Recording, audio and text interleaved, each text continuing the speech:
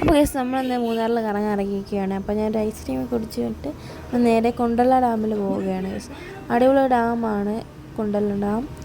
കുറേ ഫോട്ടോസൊക്കെ എടുക്കാം. അവിടെ കുറേ മങ്കീസൊക്കെ ഉണ്ട്.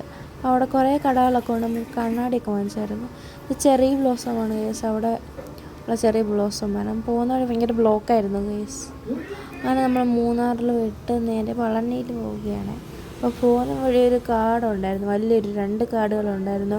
ആ കാടിലാണെങ്കിൽ നമ്മൾ ഇത് മയിലിനെയും കുറേ ആനിമൽസിനെയൊക്കെ നമ്മൾ കണ്ടായിരുന്നു ഗൈസ്. അപ്പോൾ നമ്മൾ അടുത്ത ദിവസം പളനി എത്തിയിരിക്കുകയാണ്. അവിടെ എന്തോ ഈ കൊട്ടും മേളയൊക്കെ ആയിട്ട് കുറേ ആൾക്കാർ പോകുന്നുണ്ടായിരുന്നു.